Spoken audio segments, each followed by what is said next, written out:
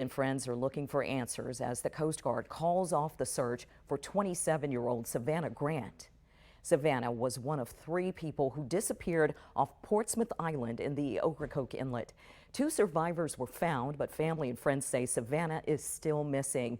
News Channel 12's Megan Scarano talked to friends of Savannah's and joins us in the newsroom.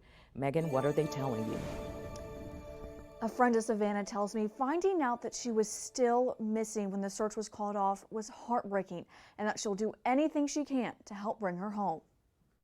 She's a sweet, funny, loving person. She's always laughing. She's a very creative person. And right now she's a very scared and lonely person that needs our help. Kristen Federer tells me she is holding on to hope. Her friend Savannah Grant is still alive. She says her friends Savannah, John, and Jason were canoeing near Portsmouth Island when the 3 went missing. The Coast Guard initiated a search, but only found John and Jason. They're glad to be alive.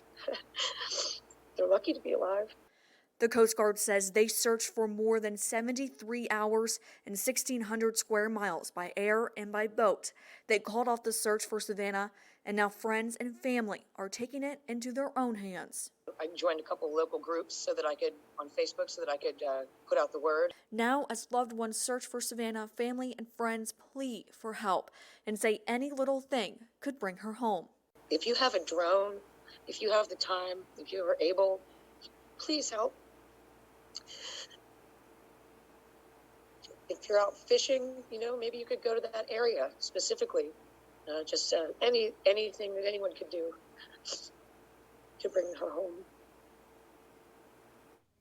The Coast Guard says the person to answer our questions about the search was not available for an interview today. In the newsroom, I'm Megan Scarano with News Channel 12.